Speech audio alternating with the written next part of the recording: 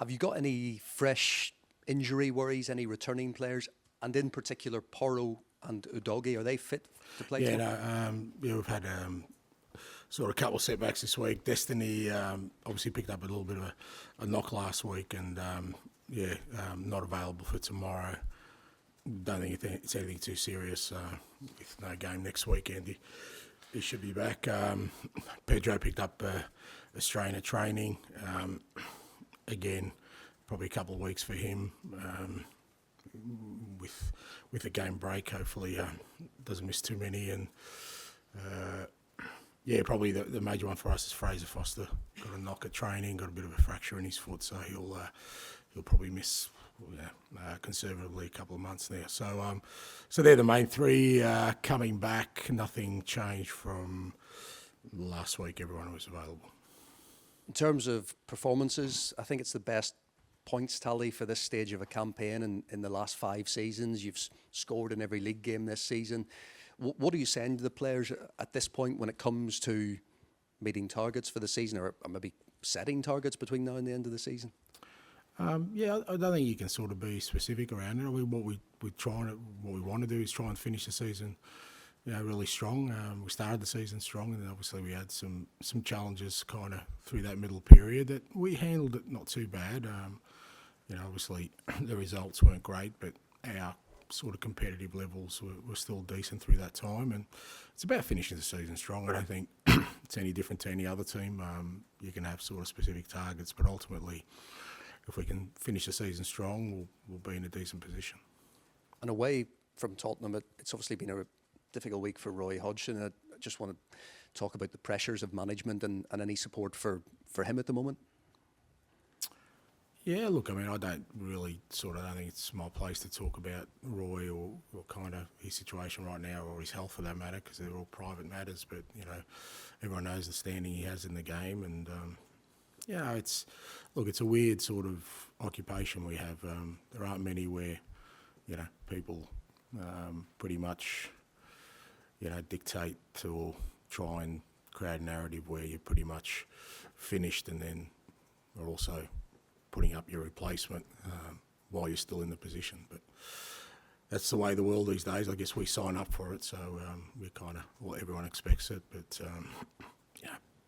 I don't think it diminishes Roy's standing in the game in any way, and above all, hopefully he bounces back quickly. Hi, good afternoon.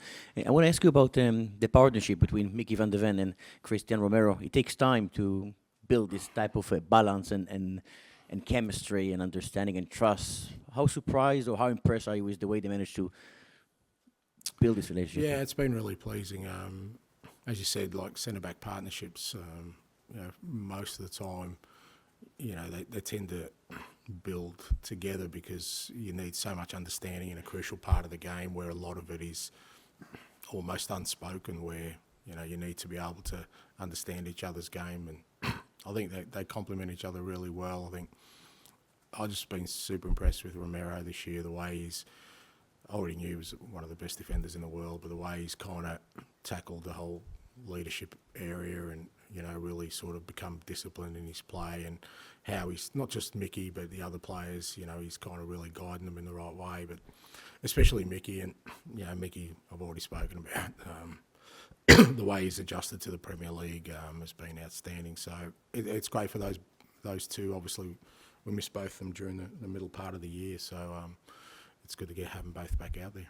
A question about Brennan Johnson, please. Becoming a bit of a super sub. We saw the goal against Brighton, the goal against Brentford as well. How impressed you've been with him, with his role at the team? Yeah, again, look, I always feel it's harder for attacking players because invariably people just measure them against one thing, and particularly, in Brennan's case, he's a young man, and there's a transfer fee attached, and then people just measure it on one thing. But we didn't bring Brennan to the club just for this year.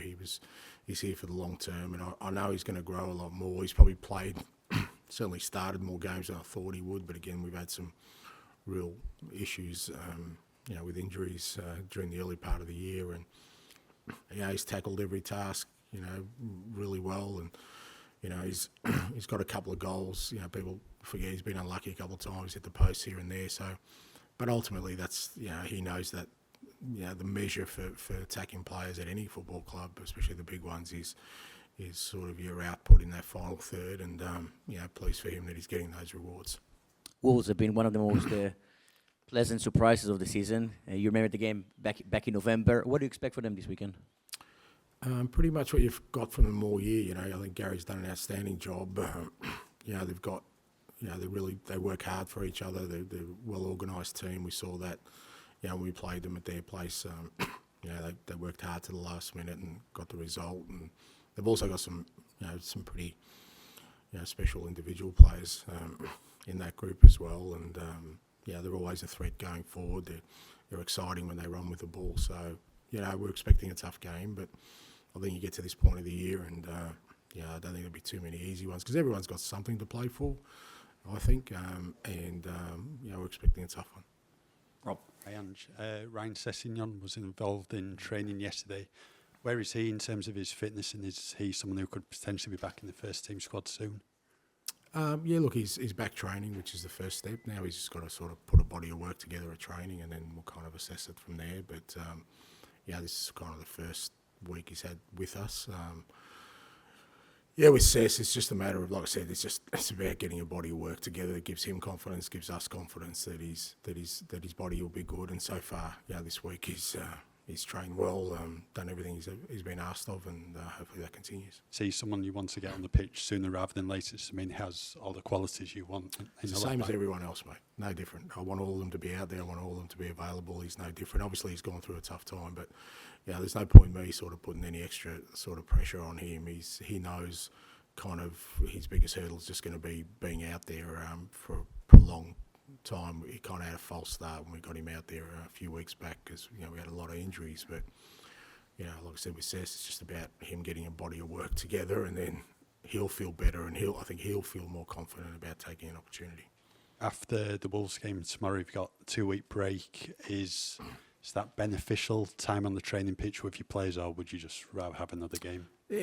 Probably this kind of time of the year you'd rather have a game because we've only got one a week anyway. We're obviously not in Europe, not in the Cup, so it also means that that game's going to get jammed somewhere where we're going to have to play some pretty big fixtures in a short space of time. So much rather have a game, but we've kind of known we're not going to have that game next weekend, so we're planning accordingly. Thanks, Ange. Charlie. Just wait for the microphone.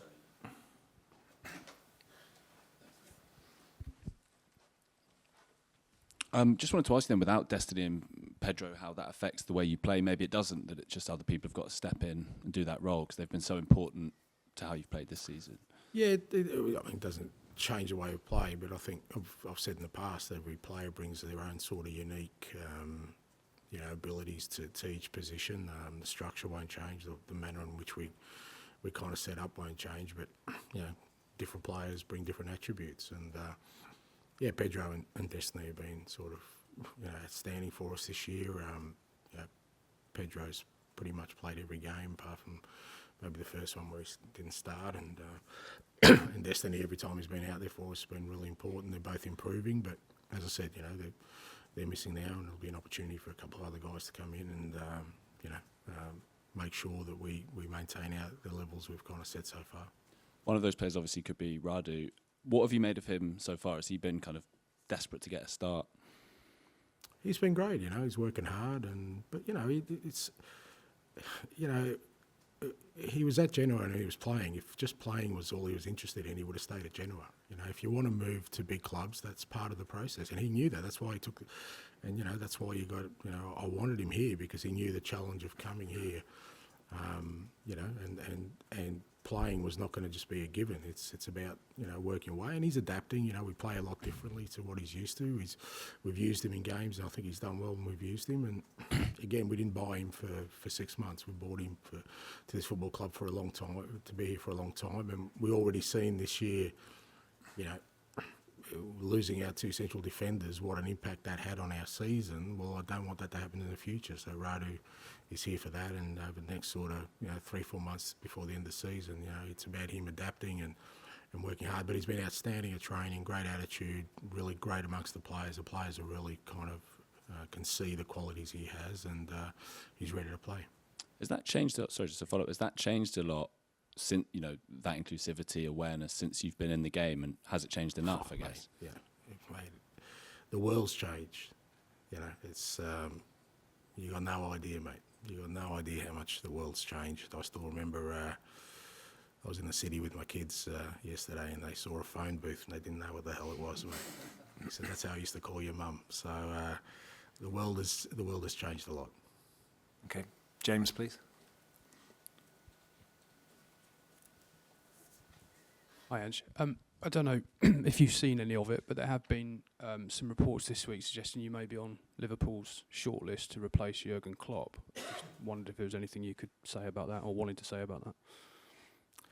I may be on a shortlist. Yeah, no, I don't think I want to say anything about that, because I don't think that's ever going to enter my sort of brain space for what's my priorities in life and in my profession right now. And yeah, no. You must feel, though, you're only just getting started here at Tottenham. Well, I am, yeah. Not just feel, I am. I've only been here for 7 months, so I think that's self-explanatory. I've been at pains to say that, we're still, we've still got a long way to go in terms of the football we want to play, the team we want to be, the squad we want to have. We've had, I think, 2 positive windows. I think we've had a decent campaign so far, but, we've got a long way to go. Do you think there's any doubt at all that you'll be here next season? You see, but that's what I'm talking about. That's the funny space when we talk about managers. When we're not going well, then they're questioning, whether we're going to be here. When you potentially are going okay, then they're still questioning about whether you're going to be here. And the reality is, most of it's out of our hands. So I've never worried. I've never thought about that. I've got a history of 26 years of management where you can see pretty clear what I do, and I rely on that as my explanation as to where my thought processes are with all those kind of things. But like I said, right now it's about finishing the season strong with Tottenham and making sure that we're kind of trying to establish a really strong foundation for who we want to be in years to come, and that can only happen if I'm totally focused on what these last 14 games can bring for us. Do you take any of the Liverpool chat as a compliment at all, or not? Well, it depends, If it's just people throwing up names, then who cares? Seriously, doesn't matter. But at the end of the day, if I'm doing a good job, hopefully it does mean that, people will acknowledge that in one form or another, whatever that form is. But, so-called chat, I mean, really, it's not no of interest to me.